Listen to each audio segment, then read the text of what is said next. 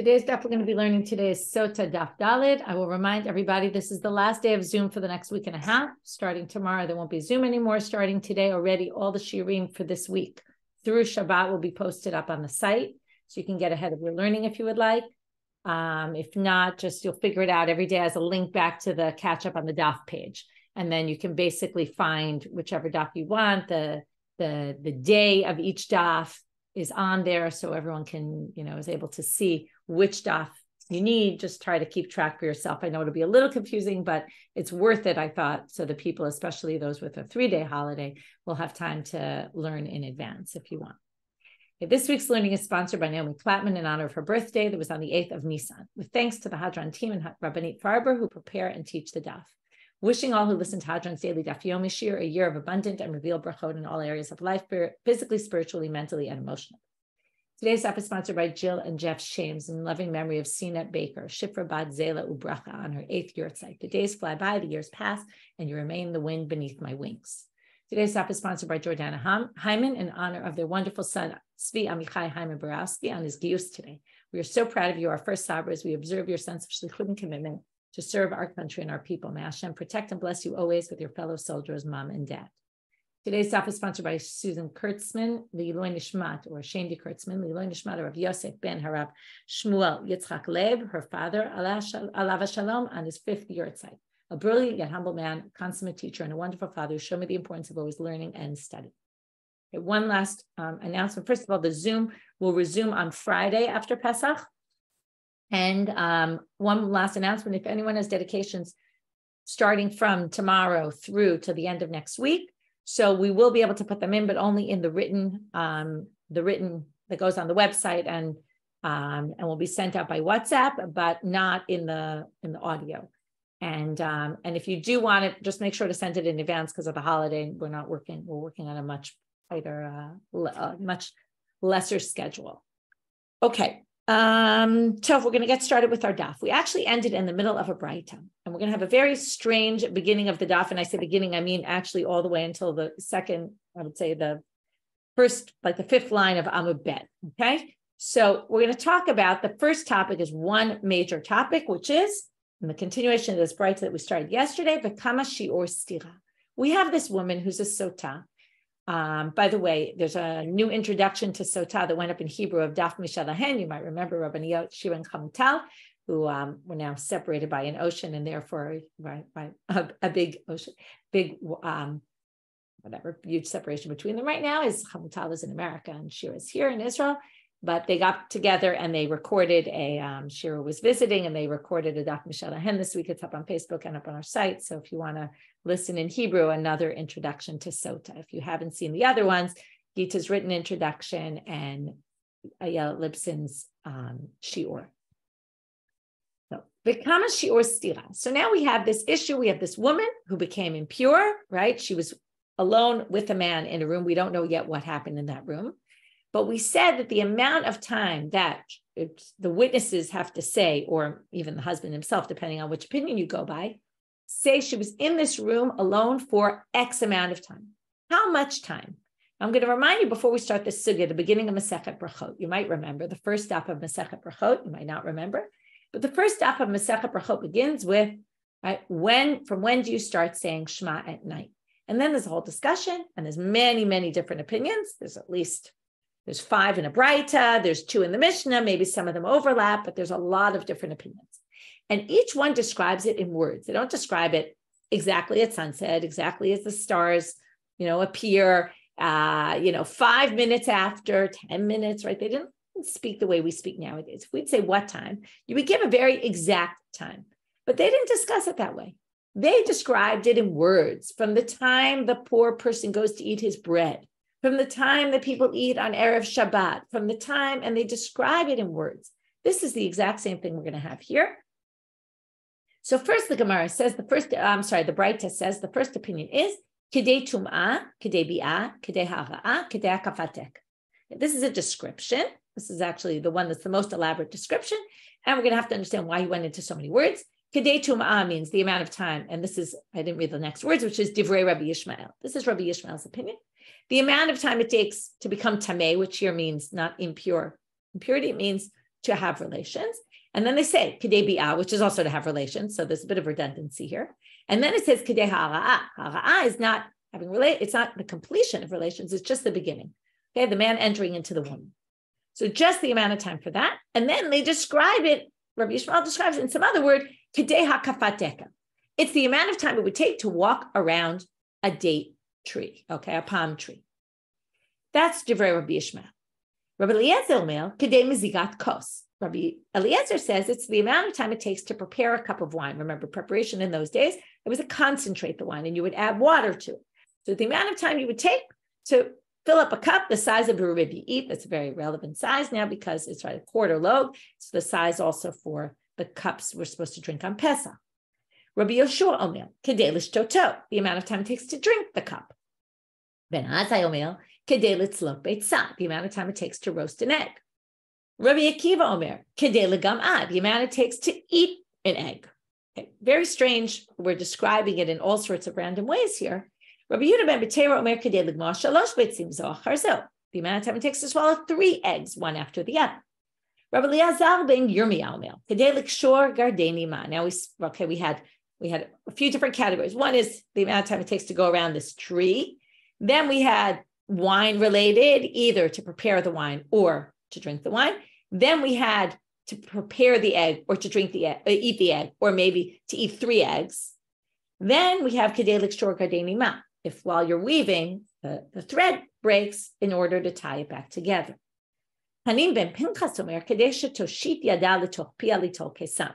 These next two are going to have to do with an action of the woman, which almost sounds a little bit of, the amount of time it takes for the woman to do something, but here it's not going to be anything sexual related, although maybe there's some sort of connection there, but the amount of time it would take to put her hand in her mouth and take out a toothpick that she has in her mouth. The amount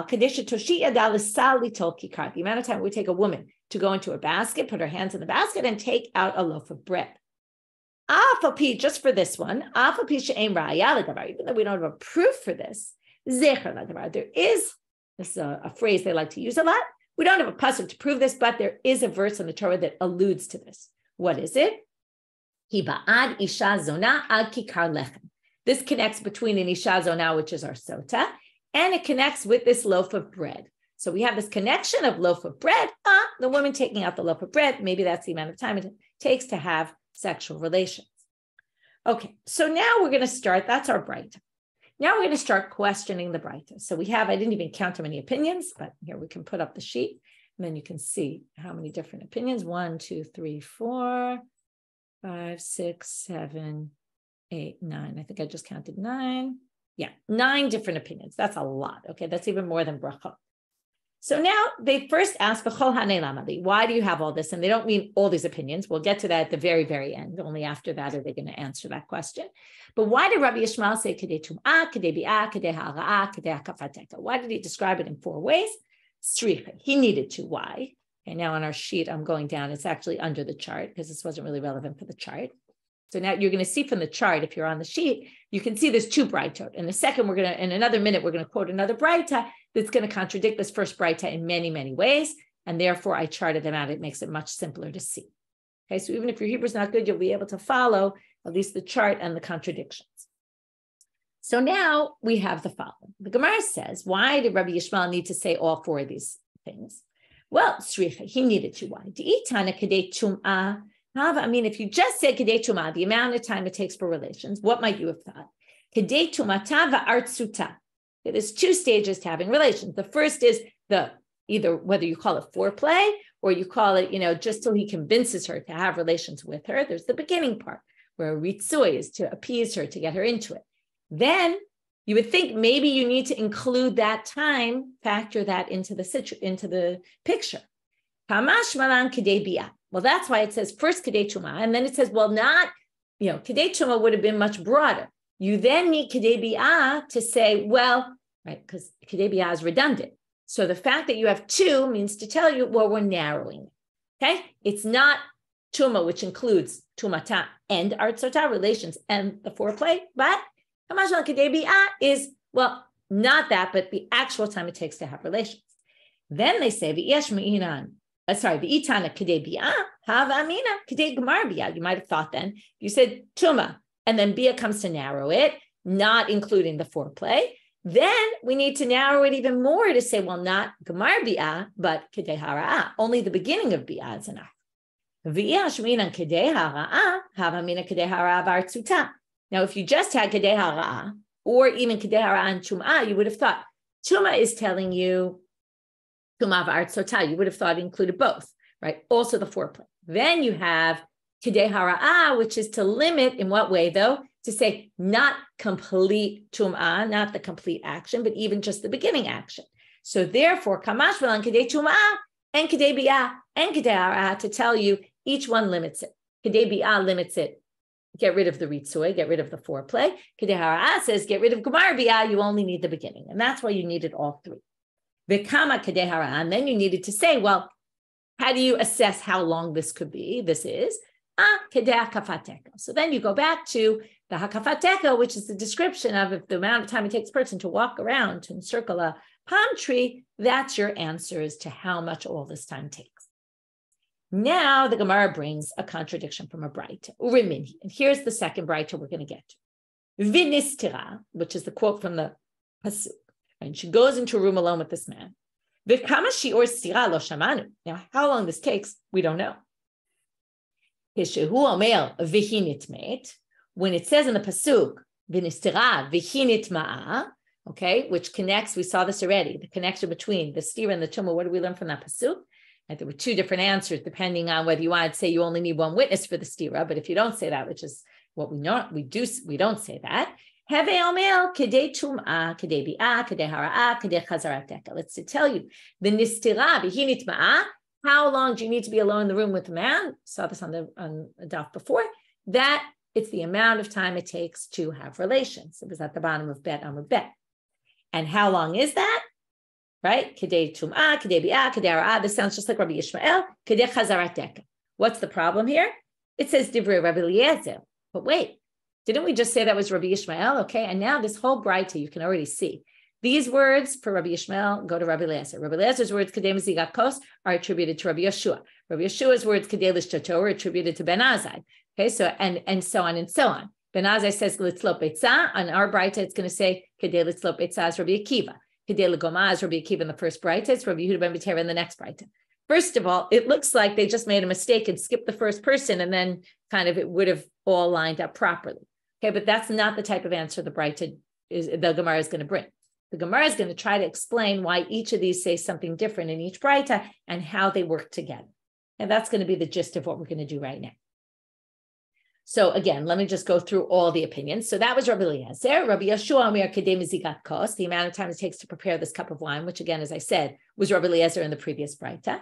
Ben Azai says kedei lishtoto, which was Rabbi Yeshua in the previous braita. Rabbi Akiva says kedei litzlop beitzah, to roast an egg, which was Ben Azai in the previous Mishnah. Rabbi Yehuda ben Betera says kedei legoma, to eat the egg, and that was Rabbi Akiva in the previous braita. And then that's it. Okay, we don't have the last opinions of the weaving and the woman putting her hand in her mouth to take out the toothpick or putting her hand in the basket. Okay, so we don't have any of those in this braita. So now the Gemara is going to start with all their questions. First of all, kasal kadata. Now I didn't pay so much attention to this before. I didn't point this out, but it's very important to notice. Rabbi Shmuel and Rabbi Eliezer say the same thing other than one word. Rabbi Shmuel said kedei hakafat dekel, which is to walk around the dekel, and Rabbi Eliezer said kedei chazarat dekel, for the dekel to go back to its place. So now kasal kadata hainu hakafat dekel hainu chazarat dekel. They thought that these two things mean the same thing. In which case, we have a problem because Hatam Amar Rabbi Yishmael kedei hakafat dekel upalig Rabbi Eliezer aleh. In the first braita, this was said in the name of Rabbi Yishmael, and Rabbi Eliezer disagreed with him. Right? The assumption is if he disagreed, he must say, I don't agree. Right? If he has his own opinion, he must not agree with the previous. And Hacham Rabbi Eliezer kedei chazarat dekel. But here Rabbi Eliezer says the exact same thing that Rabbi Yishmael said. So Amar Abai, no, they're not the same thing at all. Hakafa beregel, chazara beruach. Hakafa is to go around the tree, and chazara is for the tree to be waving in the wind and then come back. So by Rav Ashi, and remember this because Rav Ashi is going to come back all the last set of answers he's going to ask the same type question on, same type, not the exact same question, but he's going to ask a question that's going to be left without an answer. Is it the wind goes and comes back, right? And it sways in the wind. Is that what we mean? Or is it when the tree sways and then comes back to its place, which presumably those are different amount of times. So the answer is teku. Okay, we don't know. We don't know the answer to Rav Ash's question. Now we have another problem with Rabbi Eliezer, which is Hatamam Rabbi Eliezer kadem zigat kos. In the first braita, he said, and this is why it's important to see the chart, he said kadem zigat kos. Okay, while you're preparing the cup of wine, had the amount of time. But in our braita, the new braita, he says kadeh chazarat dekel, this blowing in the wind. So how do we resolve that contradiction? To which they say, and you might remember this from the first page of Brachot as well. If you don't remember, don't worry. I happen to have taught that off many times, so I know it very well. These are the same amount of time. So in other words, when you describe time in words, if you say 5 minutes and you say 2 minutes, you can't claim those are the same. But if you describe something in words, then you can describe it in words in one way, you can describe it in words a different way, and they both might mean 2 minutes. So basically, you can say the Kedem Zigat Kos and Kedeh Chazarat Dekel are the same thing, and he's not contradicting himself at all. Now, you might think we could answer this for all the questions, but you're going to see in a minute why you can only answer this for every other one. Okay, and you'll see this in 1 second. Now,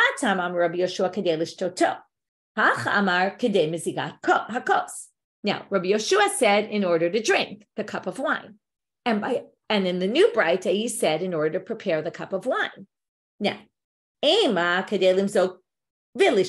so the must be that Rabbi Yoshua in each place got cut off. And what he really meant, he said in one place to drink the cup, in another place to prepare the cup. What he really means is to prepare the cup of wine and to drink it. Okay, now, why couldn't you have said, Vilema, Shiur? Why didn't we just answer the same thing as before? Oh, it's just describing in different words, different amounts of time. Well, there's a very obvious reason. Because if he really meant Kedei Lishtoto, which is the same as Kedei Mezigat Kos, we have a problem with braita number 1. Because in braita number 1, Rabbi Eliezer said Kedei Mezigat Kos, which we said is the same as Kedei Chazarat Dekel. So let's say that's 2 minutes.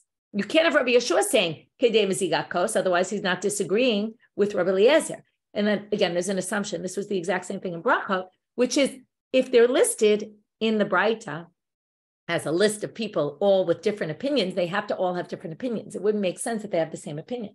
So if you say that Kedei Lishtoto is the same as Kedei Mezigat Kos, then Hainu Rabbi Eliezer. Then Rabbi Yeshua is going to be saying the same thing as Rabbi Eliezer, and it can't possibly be. And that's what we have to do, joining them. Okay, you're going to see this. Every other one is going to have the other answer. So you'll see in a minute why this is. So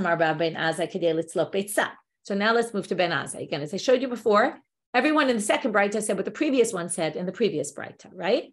So again, Ben Azai said to roast an egg in the first braita. In the second braita, he said to drink the cup of wine. Now we have no problem saying that they're the same. Why? Because Rabbi Yeshua, when he said to drink a cup of wine, he only said it meant to prepare the wine and to drink it. So there's no problem. So Ben Azai, we're going to answer the same way we answered Rabbi Eliezer, which is, he said 2 different things. We're going to say to roast an egg and to drink a cup of wine are one and the same. In each place, he just described it in different words. Now, next, and now we're going to have the same problem we had with the Rabbi Yoshua contradiction. You'll see in a minute. Rabbi Yoshua, I'm sorry, Rabbi Akiva. Rabbi Akiva said to swallow in the first one, to swallow the egg. But here he said, the second braita, to roast an egg. Now, remember, Ben Azai a minute ago said to roast an egg is the shiur. It's either to roast an egg or to drink a cup of wine, which is the exact same amount of time. So now we can't say that Rabbi Akiva says kedei l'goma is the same as kedei litzlot beitzah, because then what are you going to have the problem, right? That kedei litzlot beitzah is the same as Ben Azai, and he's disagreeing with Ben Azai. So we're going to have to answer it the same way we answer Rabbi Yeshua, the person 2 before him, which was kedei lishtoto and kedei mezigat kos is both pour the cup and drink it. Same thing with Rabbi Akiva, roast the egg and swallow it. Ema kedei litzlot beitzah ulegoma. Okay, so to roast the egg and to eat the egg. That's what it must be. To which again they ask, why don't we just say kedei legoma is the same as kedei litzlopetza, and that's what he meant, and we already know because in Ken hainu ben azai, then he'd be saying the exact same thing as ben azai. So as you see here, every other one is answered in the same way. Again, Rabbi Eliezer, it's the same. Rabbi Yeshua, it's this plus that. Ben Azai, they're the same. And Rabbi Akiva is this plus that. And now we get stuck with Rabbi Yehuda ben Betera. Hatamam Rabbi Yehuda ben Betera kedei ligmoa shalosh beitzim zo achar zo. In the first braita, he said it's eating 3 eggs, one after the other. And hacha amal kedei ligama. By us, he said it's swallowing 1 egg. So first of all, you can't say it's swallowing 1 plus 3. And you can't say swallowing 1 egg is the same as swallowing 3 eggs. It clearly isn't. So none of those answers, we can't just pull them out of a hat and say, oh, put this answer there. So how are we going to respond to this? What we're going to say is, really, he holds kedei legoma, okay, to swallow an egg, which nobody said yet because Rabbi Akiva said it. But when he said to swallow, he meant to swallow, to roast the egg and to swallow. So he must hold kedei legoma. But so why did he say to swallow 3 eggs, one after the other? Well, he said it right after Rabbi Akiva said to swallow, which we understood is to roast the egg and to swallow it. So comes Rabbi Akiva and he said, Rabbi Yehuda ben Betera, and he says, Lidvarav de Rabbi Akiva kama. He must have been responding to Rabbi Akiva and saying, okay, again, this is assuming our reading, which is when Rabbi Akiva said to swallow it, what he meant is to roast and to swallow it, which, by the way, could be understood. Ben Azai said to roast it, and Rabbi Akiva says to swallow, meaning in addition to roasting, it should be, right, it's the roasting and swallowing. To which Rabbi Yehuda ben Betera says, why would you put it in those terms, as to roast and to swallow? Those are 2 different actions. Why don't you just use a swallowing action and just say, right? The assumption is if you roast an egg and you swallow it, it would probably be the same amount of time as swallowing 3 eggs. So why don't you just say the amount of time it takes to swallow 3 eggs instead of saying to roast the egg and to swallow it? Because again, that would be the same amount. So when he says this line, to swallow 3 eggs, one after the other, he doesn't mean that's my opinion. He's saying, Rabbi Akiva, you could have said it in a much better way. Okay, and that's the end. Now we're going to go to, as I promised, Rav Ashi is going to ask, well, not that I promised, but I mentioned that Rav Ashi, who asked the question earlier, is going to ask questions on these last 3 opinions. To tie the tears and when you're weaving. So by Rav Ashi, demerchak or demikarev, are they far from each other or are they close to each other? If they're far from each other, it's going to obviously take longer. If they're closer to each other, it'll take less time. Teku, we don't know. Hanim ben Pinchasama. So now, right, we're on the next opinion, which is she puts her hand in her mouth to take out a toothpick. By Rav Ashi, dimahadek or delamahadek. Is it stuck in your teeth or is it not stuck in your teeth, right? You ever get dental floss stuck in your teeth? It takes a long time to get it out. Teku. Right? But if it's not stuck in your teeth, it's 2 seconds. Now we're going to have the longest slew of questions here.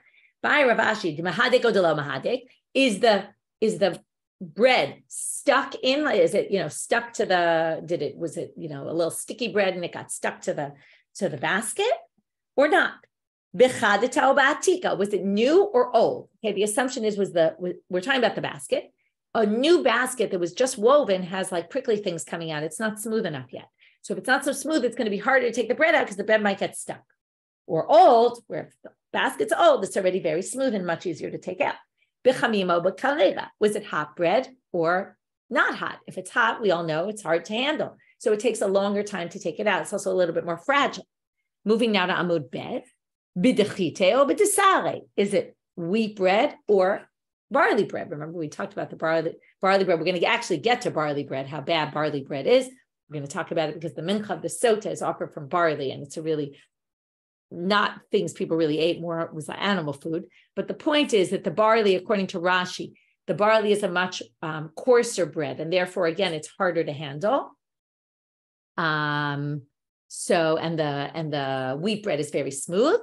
Birakika or ba'akusha, is it soft or hard? Again, if it's soft, it's going to take longer to handle because you have to be more careful with it.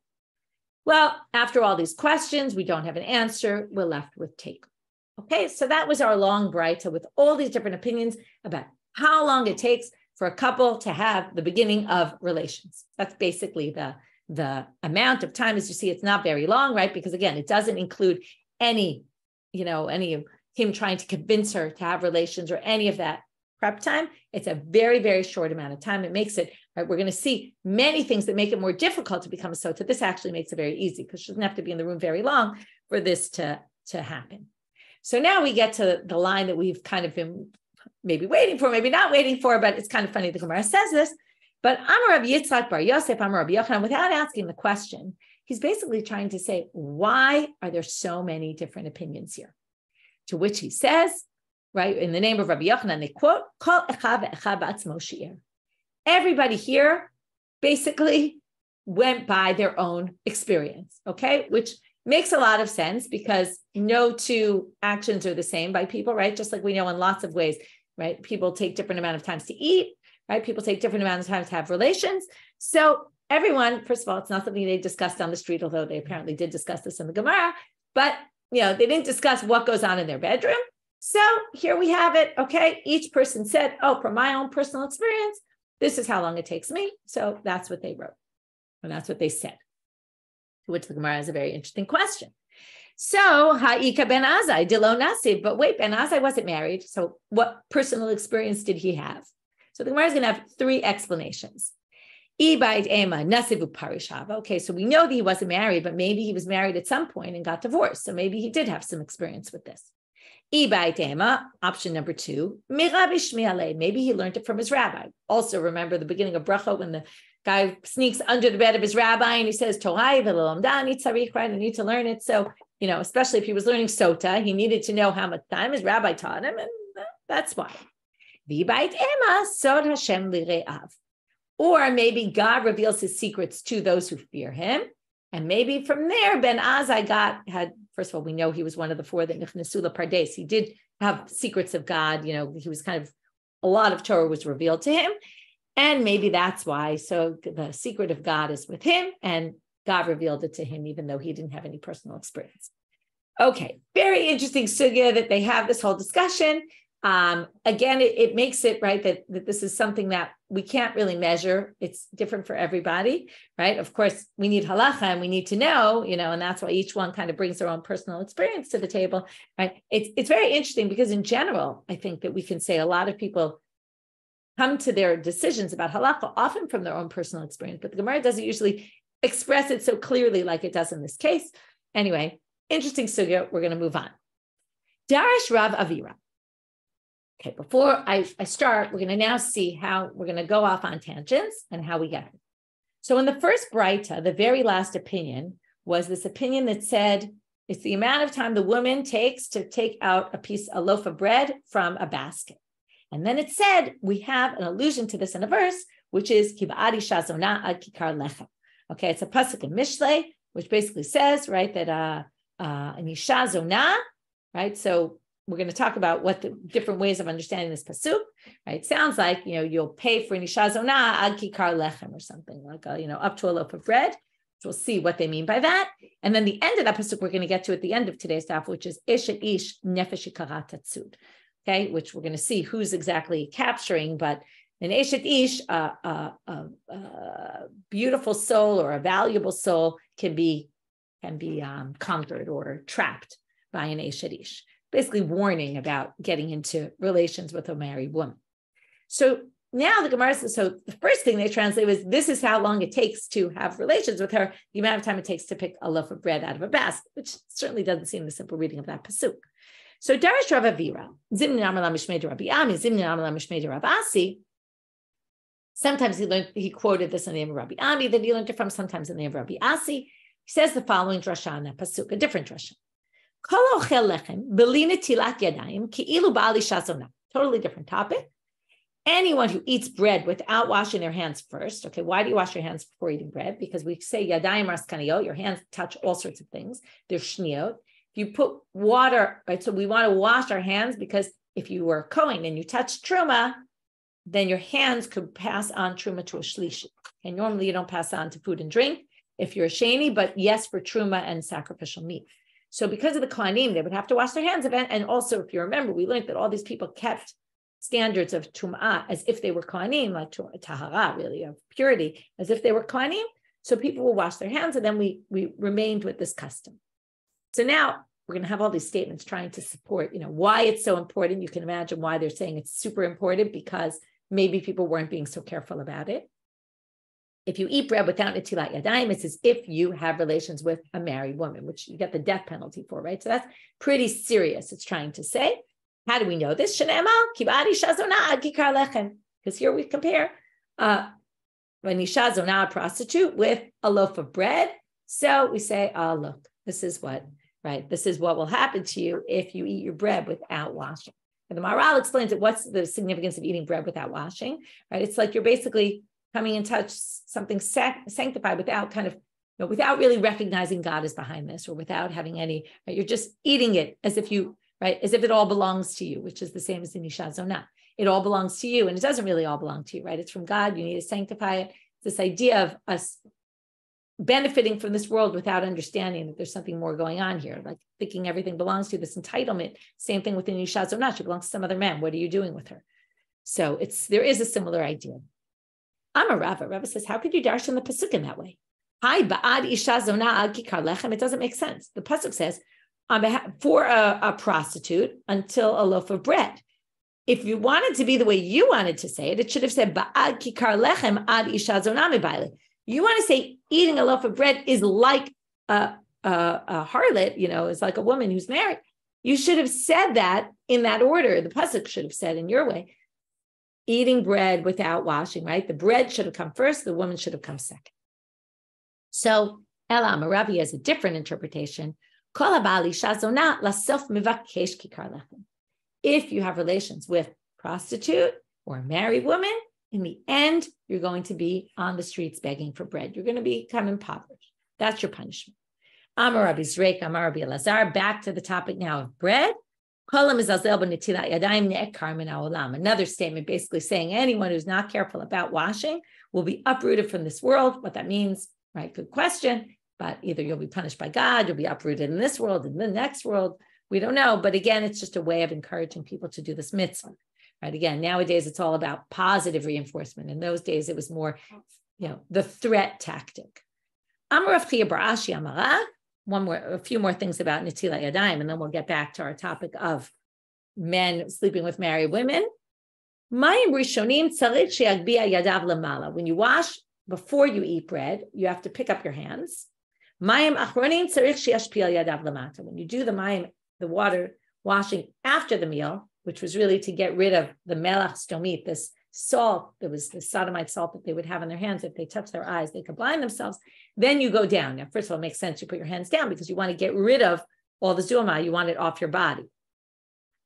Mayim rishonim, why we pick up our hands in a second, we're going to see. Tanya namihachi, there's a braita to support the first part.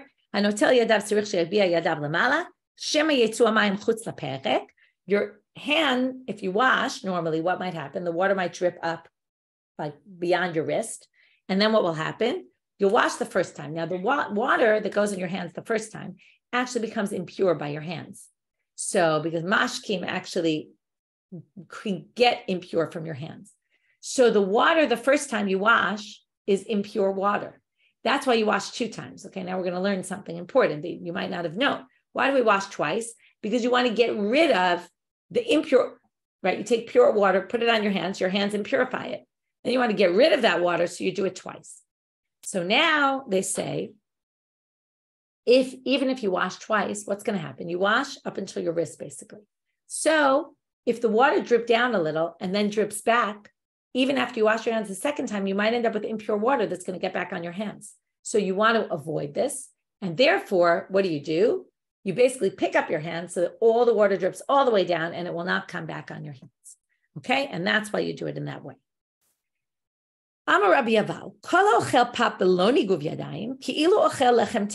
Last statement about this. If you eat bread, again, another scare tactic. If you eat bread without drying your hands, because the drying gets off again, we're worried about getting off if there is something impure, you need to dry your hands.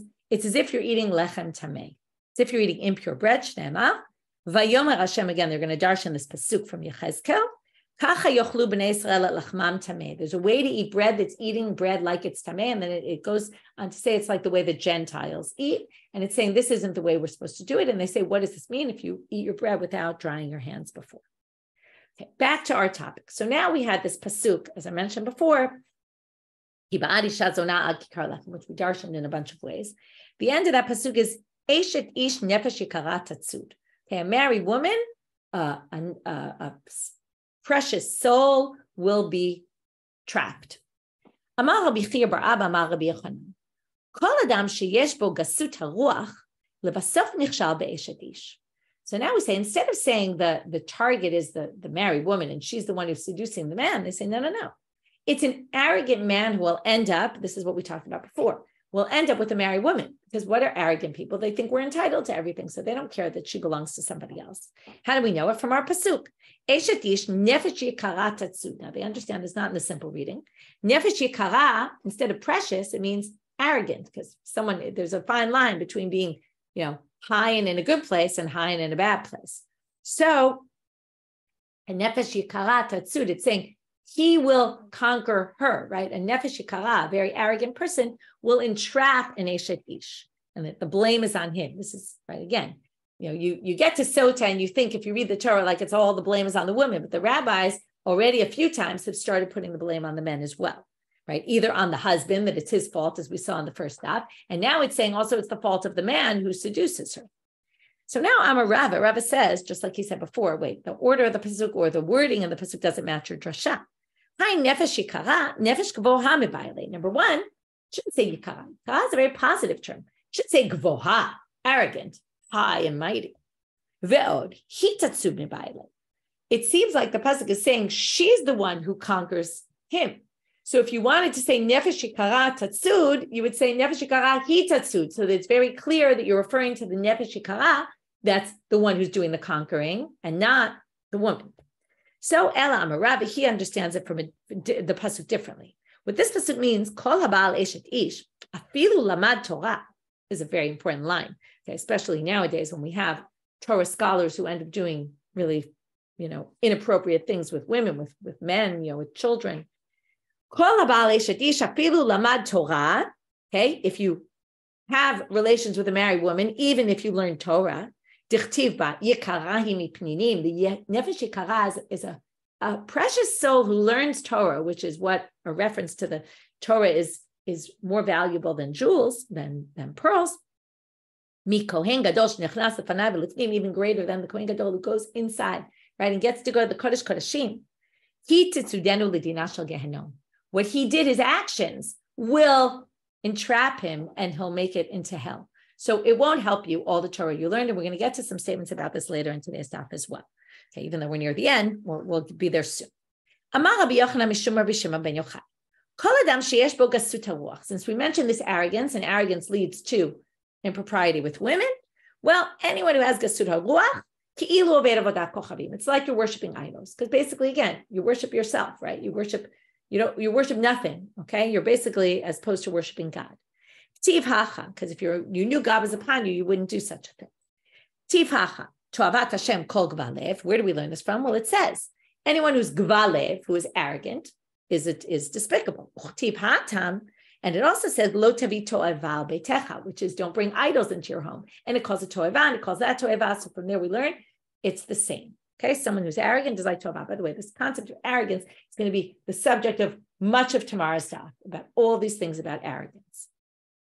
And again, we're in the middle of Sotah, and it's talking about, right, this is what leads to Sotah. As opposed to just talking about how do we deal with the process of Sotah, this Masechet is also trying to teach you how to avoid these kind of situations from happening and kind of understanding what's the root of the problem. Rabbi Yochanan didei amal, ki'ilu kafar be'ikar. He says it's like rejecting God. Shenemal v'ram levavcha v'shachachta et Hashem Elokecha. Right, this is in Sefer Dvarim. Right, in Kochi va'otzim yadi. When you think you're so great, it says your heart is going to rise, which basically means you think the world of yourself, and you're going to forget God. That's what happens when you're arrogant. You forget about God. It's the exact antithesis. Rabbi Chama bar Chanina amar ki'ilu ba'al kol harayot. They're basically saying anyone who's arrogant, again, they're trying to deter arrogance, which we know exists all over the world, and therefore was a very important thing for them to do. So they basically say, this is right. It's like worshiping idols. It's like saying there's no God, which is kind of similar to a certain extent. And it's as if you slept with every single woman who's forbidden to you.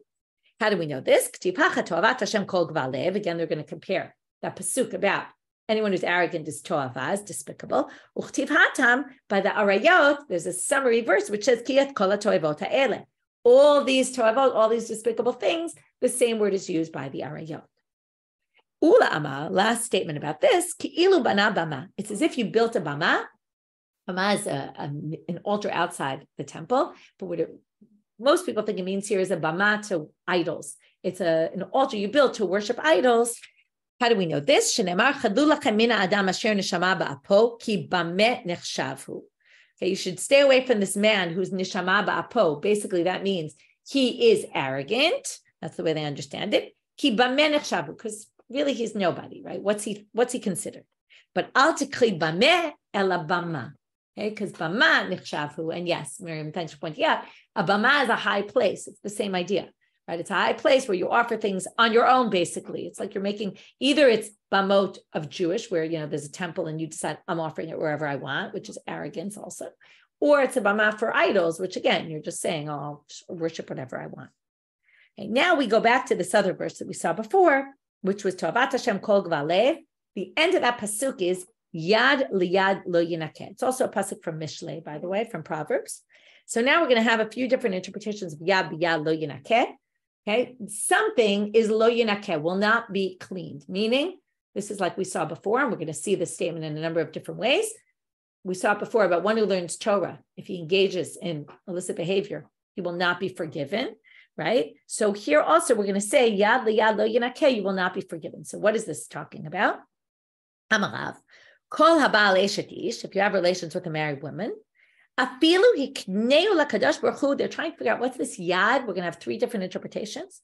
Even if God gave you shamayim va'aretz, like he gave to Abraham Avinu, you could be the biggest tzaddik in the world, okay, where God promised you the heavens and the earth.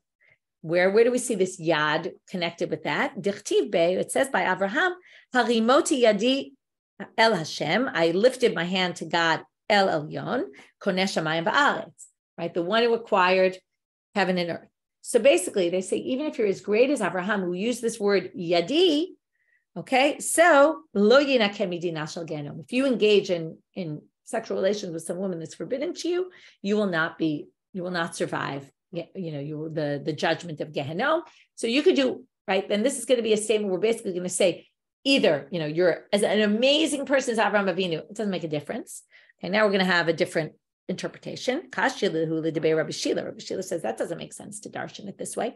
Hayad liyad lo yinakeh. It shouldn't say yad liyad in the pasuk. If it wants to reference that pasuk with Avraham of yadi, it should have said yadi mebayale. It should have said yadi, and not, it should have used the exact formulation of the word. So Ella, Amri Debei Rabbi Shila, he said, Afilu kibel Torah k'Moshe Rabbeinu. What was the Torah was given to the Yad, right, from the Yad of God to Moshe. So Yad liyad would be a perfect match of Torah.